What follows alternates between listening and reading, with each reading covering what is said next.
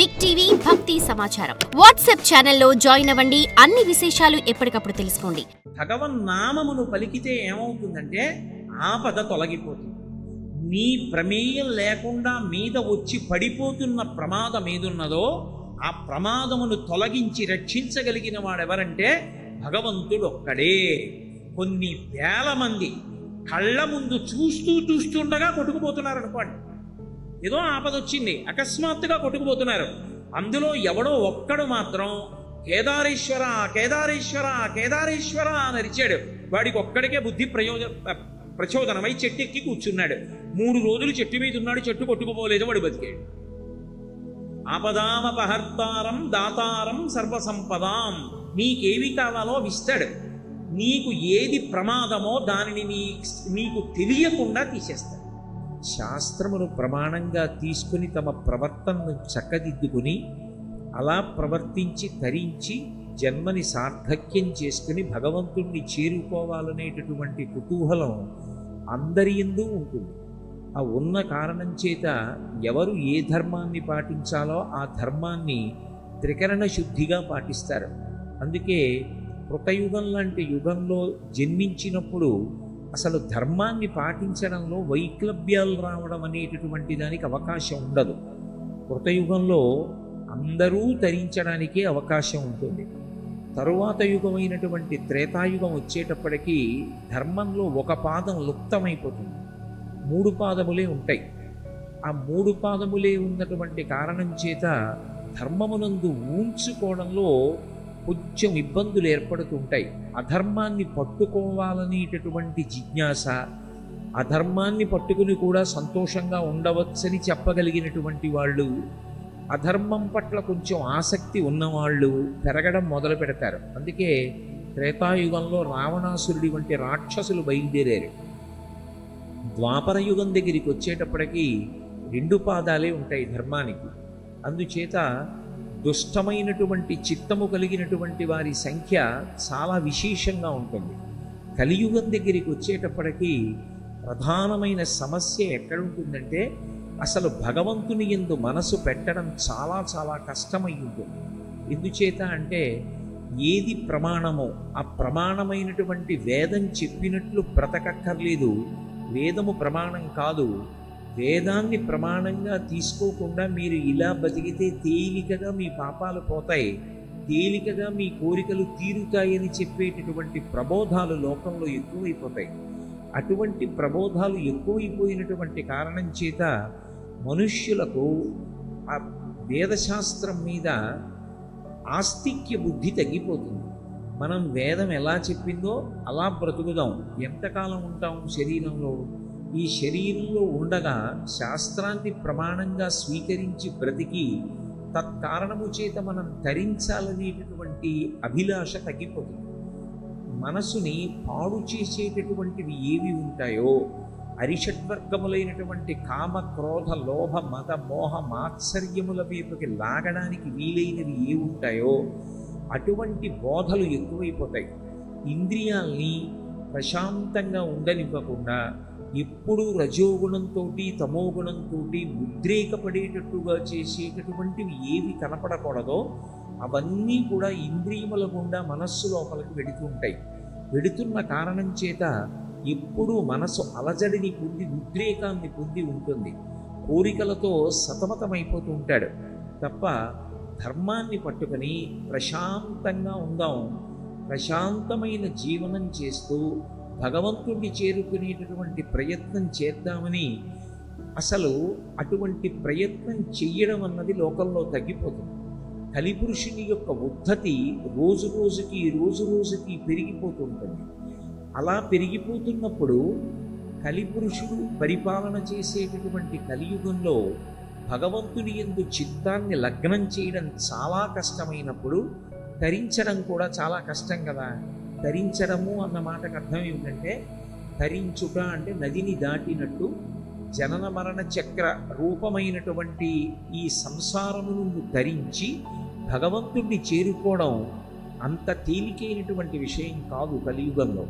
కానీ కలియుగంలో 2 అద్భుతమైనటువంటి విషయాలు ఉన్నాయి. ఇవి రెండు కలియుగంలో ఉండేటటువంటి మనుష్యులకు గొప్ప వరాలు. ఏవి ఆ రెండు అంటే, ఒకటి కలియుగంలో యజ్ఞయాగాది క్రతువులు చెయ్యడం మంచిదే. ఒకవేళ చెయ్యలేకపోయినా వాటి యందు అనురక్తి ఉండి, నేను కూడా అలా ఒక యజ్ఞం చెయ్యాలి, నేను కూడా ఒక యాగం చెయ్యాలి, నేను కూడా తీర్థయాత్ర చెయ్యాలి, నేను ఇప్పుడు వెళ్ళి గంగానదిలో స్నానం చేస్తాను, నేను ఇప్పుడు వెళ్ళి కాశీపట్టణంలో 9 రోజులు ఉంటాను, నేను ఇప్పుడు రామేశ్వర క్షేత్రానికి వెళ్ళి ఆ రామలింగేశ్వరుణ్ణి అభిషేకం చేస్తాను అని మనసులో వెంపర్లాడుతున్నాడు అనుకోండి, వెళ్ళాలని త్రికరణ శుద్ధిగా, అంటే ఏదో పెదవులతో అనడం కాదు, నిజంగా లోపల కోరిక ఉన్నదనుకోండి, అలా యథార్థమైనటువంటి కోరిక కలిగి ఉన్నవాడెవరో అటువంటి వాళ్ళందరూ అవి చేశారు అన్న పుణ్యాన్ని వాళ్ళ ఖాతాలో వేస్తారు. అందుకే కలియుగంలో చాలా తేలికగా తరించడానికి మార్గం ఎందుకుంటుందంటే, మనసు భగవంతుని యందు అనురక్తము కావాలి. నాకు ఏదో ఈ ఋతువు ఉందనుకోండి, అబ్బా రాత్రి 9:30 10 గంటలకో వెళ్ళి ఇన్ని బుట్టతో మల్లెపూలు తెచ్చుకొని రాత్రి 11 గంటలకో స్నానం చేసి శివాలయంలో అర్చక స్వామినో బ్రతిమాలుకుని షట్కాలముల యందు శివపూజ ఉంది కాబట్టి అర్ధరాత్రి వేళ శివలింగానికి మల్లెపూలతో పూజ చేయించి అన్ని మల్లెపూల మధ్య ఉన్న నా స్వామిని నేను ఎలా దర్శనం చేస్తాను అని అనుకున్నాడు అనుకోండి, నిజంగా తను ఒక శివాలయం తలుపులు తెరిపించి అర్ధరాత్రి వేళ మల్లెపూలతో సహస్రనామార్చన చేయించలేదు, కానీ త్రికరణ శుద్ధిగా కోరుకున్నాడు ఆ మల్లెపూల వంక చూసినప్పుడు. అలా అతను మనసులో సంకల్పం చెయ్యగానే అతను అలా శివలింగాన్ని ఒక రాత్రి వేళ మల్లెపూలతో పూజించాడు అని అతని ఖాతాలో వేస్తాడు. అందుకే వ్యాస భగవానుడు నదీ తీరానికి వెళ్ళి స్నానం చేసి ఆ నదీ తీరానికి వచ్చి బట్ట మార్చుకుని పరమ సంతోషంతో 2 చేతులెత్తి 3 మార్లు అరిచాడు, కలిస్సాధుహు కలిస్సాధుహు కలిస్సాధుహు అన్నాడు. కలియుగం అత్యంత పవిత్రమైనటువంటి కాలం, కలియుగంలో తరించడం తేలికే అని 3 మాటలు అరిచాడు. తెల్లబోయి శిష్యులందరూ వెళ్ళి, కలియుగంలో ఎవరికి మనసు భగవంతుడి దగ్గర పెట్టడం అంత తేలిక కాదు కదా, అటువంటప్పుడు కలిస్సాధుహు అని 3 మాటలు ఎందుకు అరిచారని అడిగారు.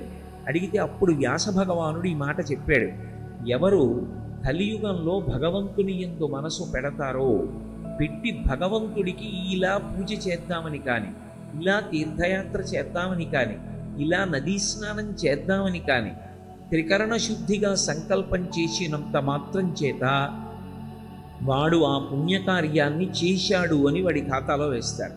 పుణ్యకార్యం చేయడం అలా అయితే మరి పాపకార్యం అది కూడా అంతే. మనసు ఉద్వేగపడి ఏదైనా కోరకూడని విషయాన్ని నేను కోరుకున్నా, చూడకూడని దాన్ని చూసినా, చెయ్యకూడనిది చెయ్యాలని మనసులో కోరిక పుట్టినా అది చేశాడని కూడా వేస్తారు. కానీ వచ్చిన ప్రమాదం ఎక్కడుంటుందంటే, కలియుగంలో కలిపురుషుని యొక్క ఉద్ధతి చేత ఎక్కువగా ఏవి చెయ్యకూడదో అవి చెయ్యాలని అనిపిస్తూ ఉంటుంది. అవి చెయ్యాలి అని అనిపించినటువంటి కారణం చేత అవి చేశాడు అన్న పాపాలే ఖాతాలో పడుతూ ఉంటాయి.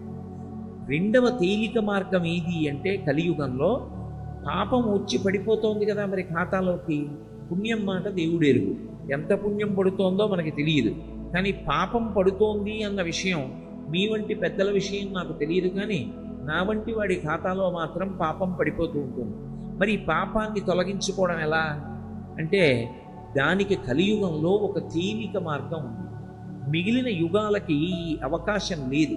కృతయుగం ఉందనుకోండి, కృతయుగంలో దేని చేత తెరిస్తాడు అంటే అఖండమైనటువంటి తపస్సు చేయడానికి కావలసినటువంటి అవకాశం కూడా ఉంటుంది కృతయుగంలో. కానీ కలియుగంలో తేలికగా తరించడానికి మార్గం ఏది అంటే భగవంతుని యొక్క నామ సంకీర్తనం. భగవంతుని యొక్క నామాన్ని వెలుగెత్తి పిలవాలి. తనకి కంఠం ఎంత గట్టిగా పిలవగలడో అంత గట్టిగానూ భగవన్నామాన్ని చదవాలి. అథవా పోనీ పెదవులు కదపకుండా లోపల నామం చదువుకున్నా కూడా వచ్చిన దోషమేం లేదు. భగవన్నామ సంకీర్తనం ఎటువంటిది అంటే ఎప్పుడు వచ్చిన పాపాన్ని అప్పుడు కడుగుతుంది. అంటే నా ఉద్దేశ్యం పాపం చేసి భగవన్నామని చెప్పమని కాదు. భగవన్నామములు పలికినటువంటి కారణం చేత చిత్తము శుద్ధి అవుతుంది. మళ్ళీ మళ్ళీ పాపం చెయ్యాలనేటటువంటి భావన ఉండదు. అది అనురక్తిగా మారుతుంది. పైగా భగవన్నామమును సంకీర్తనము అన్న మాటలో ఒక అర్థం ఉంటుంది. అదే మీకు తేలికగా అర్థం అవ్వాలి అంటే భజన సంప్రదాయంలోకి తీసుకొస్తారు. నేను ఒక్కడిని కూర్చుని భగవన్నామని చెప్తున్నాను అనుకోండి, దాని యందు ఉత్సాహము పొటమరిస్తుందా అంటే అది నా మనసుకు ఉన్నటువంటి అధ్యవసాయాన్ని బట్టి ఉంటుంది.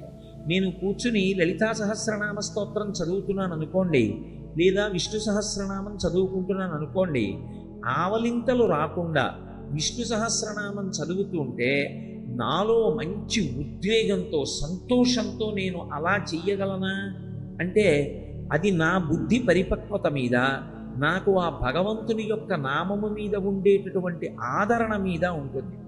భజన దగ్గరికి వచ్చేటప్పటికీ భజనలో కొత్తగా ఏం ఉండదు, భగవన్నామమునే భజన చేస్తారు. ఏదో హరే రామ రామ రామ హరే హరే, హరే కృష్ణ కృష్ణ కృష్ణ హరే హరే. కలియుగంలో ఇది ప్రధానంగా చెయ్యమని చతుర్ముఖ బ్రహ్మగారు నారదుడిగా ఉపదేశం చేసినటువంటి నామం. ఇది భజన చెయ్యమని చెప్పారు. ఇది నేను మీకు ఒక ఉదాహరణ చెప్పాలి అంటే, ఒకళ్ళు కంజేరీ పట్టుకుని, ఒకళ్ళు తాళాలు పట్టుకుని, ఒకళ్ళు డప్పు పట్టుకుని, మిగిలిన వాళ్ళందరూ చుట్టూ కూర్చుని ఏదో హరే రామ రామ రామ హరే హరే, హరే కృష్ణ కృష్ణ కృష్ణ హరే హరే అంటున్నారు అనుకోండి. మిగిలిన వాళ్ళు తప్పట్లు కొడుతూ ఆ నామాలు చెప్తున్నారు అనుకోండి. చెప్తున్నప్పుడు అది కొంతసేపు అయిన తర్వాత మంచి వేగాన్ని అందుకుంటుంది. హరే రామ రామ రామ హరే హరే, హరే కృష్ణ కృష్ణ కృష్ణ హరే హరే అని ఒక్కసారి తగ్గించి హరే రామ రామ రామ హరే హరే అన్నాడు అనుకోండి. అందులో అంతమంది కలిపి గట్టిగా చెప్తుంటే మనం ఒక్కళ్ళ మెల్లిగా మూల కూర్చుని ఆవలిస్తూ అనం. మనం కూడా సంతోషంగా ఉద్వేగంతో తప్పట్లు కొడుతూ గట్టిగా అంటాం. అందరూ తగ్గించారనుకోండి, మనం కూడా మెల్లిగా తప్పట్లు కొడుతూ మనం కూడా తగ్గిస్తాం. భజన యందు ఏమవుతుందంటే అసలు నేను ఏమీ చెయ్యొద్దు అనుకుని వచ్చి కూర్చున్నవాడు కూడా ఏం చేస్తాడంటే అందరూ గట్టిగా చెప్తున్నారనుకోండి, వాడి ప్రమేయం లేకుండా వాడు కూడా భజన చేస్తాడు. కాసేపు మామూలుగా కూర్చుంటాడు, ఆ తర్వాత తప్పట్లు కొట్టడం మొదలెడతాడు. ఆ తర్వాత హరే రామ రామ రామ హరే హరే అంటాడు. భజన యందున్న గొప్పతనం ఏమిటంటే, నేను విష్ణు సహస్రనామ స్తోత్రం చదివాను అనుకోండి, వనమాలి గదీశాంగీ శంఖీ చక్రీ చనందకి శ్రీమాన్ నారాయణో విష్ణుర్వాసుదేవోభిరక్షతు అని పూర్తి చేసేసి లేచిపోయాను. ఆ తర్వాత మళ్ళీ విష్ణు సహస్రనామ స్తోత్రం నా నాలుక మీద ఉంటుందా? చెప్పడం కష్టం. అదే మీరు భగవన్నామ సంకీర్తనం చేశారనుకోండి, ఒక అరగంట సేపు జై జై శంకర హర హర శంకర, జై జై శంకర హర హర శంకర అని భజన చేశారు. భజన చేసి ఓ అరగంట అయిపోయిన తర్వాత వెళ్ళిపోతున్నారు. వెళ్ళిపోతున్నా కూడా మీకు తెలియకుండా మీ నోరు జై జై శంకర హర హర శంకర, జై జై శంకర హర హర శంకర అని కాసేపు అంటూ ఉంటుంది. అంటే ఒకడుగా మొదలుపెట్టి చేసింది తరువాత కొనసాగుతుందా అంటే చెప్పడం కష్టం. 10 మందితో కలిసి చేసినది భజనగా భగవన్నామం తర్వాత మీ ప్రయత్నం లేకుండా కొనసాగుతుంది. తర్వాత భజనకు ఉండేటటువంటి గొప్ప లక్షణం ఏమిటంటే, ఒక్కడిని కూర్చుని ప్రతిరోజు 6 అయ్యేటప్పటికి విష్ణు సహస్రం చదువుతాను అన్నాను అనుకోండి. 6 అయ్యేటప్పటికి నేను కూర్చుందామంటే ఏదో పని జ్ఞాపకానికి వచ్చింది అనుకోండి, ఇవాళకి మానేద్దాంలే అనిపిస్తుంది. అదే భజన చేయడానికి వెడదాం అన్నాను అనుకోండి, అదో సంతోషంగా ఉంటుంది. ఇవాళ శుక్రవారం అమ్మవారి మీద భజన, శనివారం ఏదో గోవిందనామాలతో వెంకటరమణుడి మీద భజన, ఇవాళ సోమవారం శివనామాలతో భజన. వెళ్ళి చక్కగా కూర్చుని కాసేపు ఆ భజన చేసుకుని రావడంలో మనసులో ఒక గొప్ప శాంతి ఉంటుంది. 2, మనకి తెలియకుండానే నాడీ వ్యవస్థ అంతా కూడా విశేషంగా బలపడుతుంది భజన సంప్రదాయంలో. ఎందుకని అంటే 2 చేతులు తప్పట్లు కొట్టినప్పుడు చేతిని చెయ్యి గట్టిగా తాకుతుంది. తాకడం ఏదో అర్థం లేకుండా తగలదు. ఒకే రకమైనటువంటి స్థితిలో, అంటే ఒక విరామంతో, ఒక పద్ధతిలో చేతులు 2 తగులుతున్న కారణం చేత అదే సమయంలో భగవన్నామం నోటి వెంట వచ్చి ఒక గొప్ప ఆనందం ఉద్భుతమవుతుంటుంది. కాబట్టి నాడీమండలం అంతా కూడా తేజోవంతమవుతుంది. నాడీమండలం అంత తేజోవంతమైతే ఆ తేజోవంతమైనటువంటి నాడీ వ్యవస్థ ఆరోగ్యమునకు కారణమవుతుంది. పైగా ఒక విష్ణు సహస్రనామ స్తోత్రాన్ని అందరూ చదవండి అన్నాను అనుకోండి, బ్రహ్మణ్యో బ్రహ్మకృత్ బ్రహ్మీ బ్రహ్మ బ్రహ్మ అని ఏదో నామని చెప్పండి అన్నాను అనుకోండి, అక్కడికి వచ్చేటప్పటికి ఏమో మాకు నోరు తిరగదండి అని కొంతమంది ఆ శ్లోకం దగ్గర ఆగిపోవచ్చు. లేదా యజ్ఞో యజ్ఞపతిర్యజ్వా యజ్ఞాంగో యజ్ఞవాహన యజ్ఞభృత్యజ్ఞకృత్యజ్ఞీ యజ్ఞభుక్ యజ్ఞ సాధన అనమన్నాను అనుకోండి, ఉచ్చారణ యందు దోషాలు రావచ్చు. కానీ మనకి పరమేశ్వరుని యొక్క కృపా విశేషం చేత 2 అక్షరములతో ఉన్నటువంటి భగవన్నామములు ఏ ఒత్తులు లేకుండా ఉన్నటువంటివి 2 ఉన్నాయి. ఒకటి రామనామము, రెండవది శివనామము. శివ చాలా తేలిక, రామ చాలా తేలిక. ఈ 2 నామాలు పలకడానికి నాకు ఎలాగండి చాలా కష్టం, నా నోరు ఎలా తిరుగుతుందండి అని అనవలసినటువంటి అవసరం ఉండదు. చాలా తేలిక. పైగా మనిషికి పరానుకరణము అని భగవంతుడిచ్చినటువంటి ఒక గొప్ప కూసు విద్య ఉంటుంది. పరానుకరణము అంటే అది పసితనం నుంచి వచ్చేస్తుంది. పెద్దవాళ్ళు ఏం చేస్తున్నారో పిల్లలు అదే చేస్తారు. అమ్మ ప్రతిరోజు ఆడపిల్లని కూర్చోపెట్టి ముఖానికి అంగరాగాన్ని అలది, అంగరాగం అంటే పౌడర్, అంగరాగం అలది, కళ్ళకి కాటుక పెట్టి బొట్టు పెట్టి చిన్న కొప్పేసి అందులో ఓ పువ్వులు పెట్టింది అనుకోండి, ఒక 6 నెలలు అయిపోయిన తర్వాత పిల్ల ఏం చేస్తుందంటే తన ఆడుకునే బొమ్మ తీసుకొచ్చి కాళ్ళ మీద పడుకోబెట్టుకుని అమ్మ పౌడర్ రాసినట్టే పౌడర్ రాసి, అమ్మ బొట్టు పెట్టినట్టు బొట్టు పెట్టి, అమ్మ తనకి ఆమ్ పెట్టినట్టే దానికి ఆమ్ పెట్టి, ఆమ్ అంటే అన్నం, అన్నం పెట్టి పరానుకరణము అమ్మ ఏం చేస్తోందో అలా చేస్తుంది. భజన సంప్రదాయమునందున్నటువంటి గొప్పతనం ఏమిటంటే ముందు వెళ్ళి కూర్చుని సంకీర్తన చేస్తాడు కాసేపు, హరే రామ రామ రామ హరే హరే అంటాడు. ఓ 10 రోజులు వెళ్ళిన తర్వాత ఏం చేస్తాడంటే తను కూడా ఆ చేత్తో చిడతలు ఉంటాయి అవి పట్టుకుని తాను కూడా వాటిని వాయించడానికి ప్రయత్నిస్తాడు.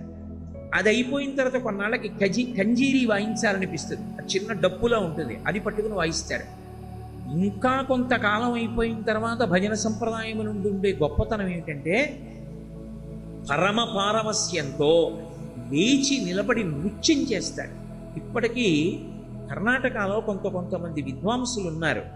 భజన సంప్రదాయంలో వాళ్ళు చేయించేటటువంటి భజన చూస్తే మీరు తెల్లబోతారు.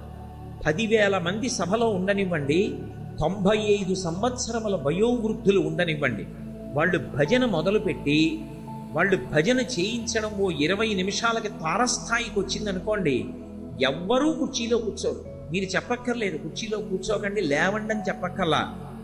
వాళ్ళ ప్రమేయం లేకుండా అందరూ కుర్చీల్లోంచి లేచిపోయి పరమ సంతోషంతో ఉద్వేగంతో భక్తితో లేచి నిలబడి కాళ్ళు చేతులు కదుపుతూ తాదాత్మ్యత చెందిపోయి భజన చేసేస్తారు.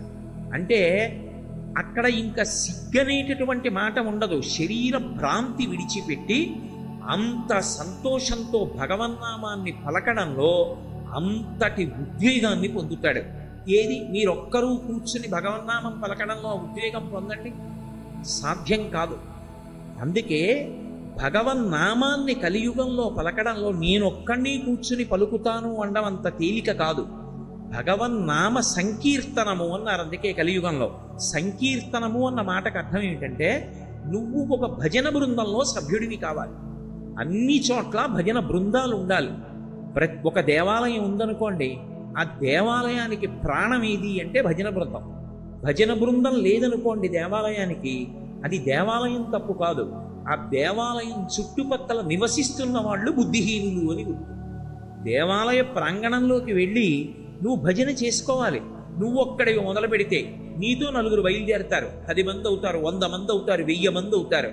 అది క్రమంగా ఎక్కడికెడుతుందంటే నగర సంకీర్తనకెడుతుంది. నగర సంకీర్తన సంప్రదాయం ఎందుకు వచ్చిందంటే దాని యందు విముఖుడై నిద్రపోతున్నవాడు ఉంటాడు. కానీ వీళ్ళేం చేస్తారంటే కంజరీలు పట్టుకుని ఆ చేతిలో చెడతలు పట్టుకుని భగవన్నామని చెప్తూ పాటలు పాడుతూ బ్రహ్మముహూర్తంలో తెల్లవారుజామున వీధుల్లో తిరుగుతూ వెడతారు. మంత్రం చెప్పడానికి, మంత్రాన్ని జపం చేయాలన్నా, పూజ చెయ్యాలన్నా, ధ్యానం చెయ్యాలన్నా కొన్ని నియమాలు ఉంటాయి. ఆ నియమం తప్పారనుకోండి అవి ఫలించవు. నేను మంత్రజపం చేస్తున్నాను అనుకోండి, మంత్రజపం చేసేటప్పుడు నేను కదిలాను అనుకోండి, నా కాళ్ళు చేతులు కదిలినా, నేను కదిలినా ఆ జపం ఫలించదు. కదలకుండా స్థాణువై జపం చేయాలి. ధ్యానం చేస్తున్నాను అనుకోండి, నేను కదలకుండా ఉంటే సరిపోదు, అసలు నా మనసు నిలబడడానికి ఆ గదిలో వాతావరణం ఉండాలి. ఆ వాతావరణం లేని చోట ధ్యానం చేయకూడదు. అలా చేశాడనుకోండి ఎవరైనా, అసలు వాడికి ధ్యానం గురించి తెలియదని గుర్తు. చక్కగా ఎలా కూర్చుంటే మీకు సౌకర్యంగా ఉంటుందో అలా పలచటి మెత్తటి బొంత వేసుకుని గది తలుపులు మూసి నిశ్శబ్దంగా ఉండేటట్టు చూసుకొని చాలా కింది స్థాయిలో మంద్రంగా సువాసన వచ్చేటట్టుగా, ఏదో కొద్దిగా ఒక్క అగరవద్దో లేకపోతే అరవిరిసినటువంటి సుగంధభరితమైనటువంటి పూల దండలో కొంచెం దూరంలో ఉంచుకుని భగవన్మూర్తిని మీరు దేన్ని ధ్యానం చేద్దాం అనుకుంటున్నారో కళ్ళు విప్పి తదేక దృష్టితో కాసేపు చూసి కన్నులు మూసి అదే మూర్తిని మీలోకి తెచ్చుకొని ధ్యానం మొదలుపెట్టారు. అది ధ్యాన ప్రక్రియకి ప్రారంభ స్థితి. For more videos like this, subscribe Big TV channel.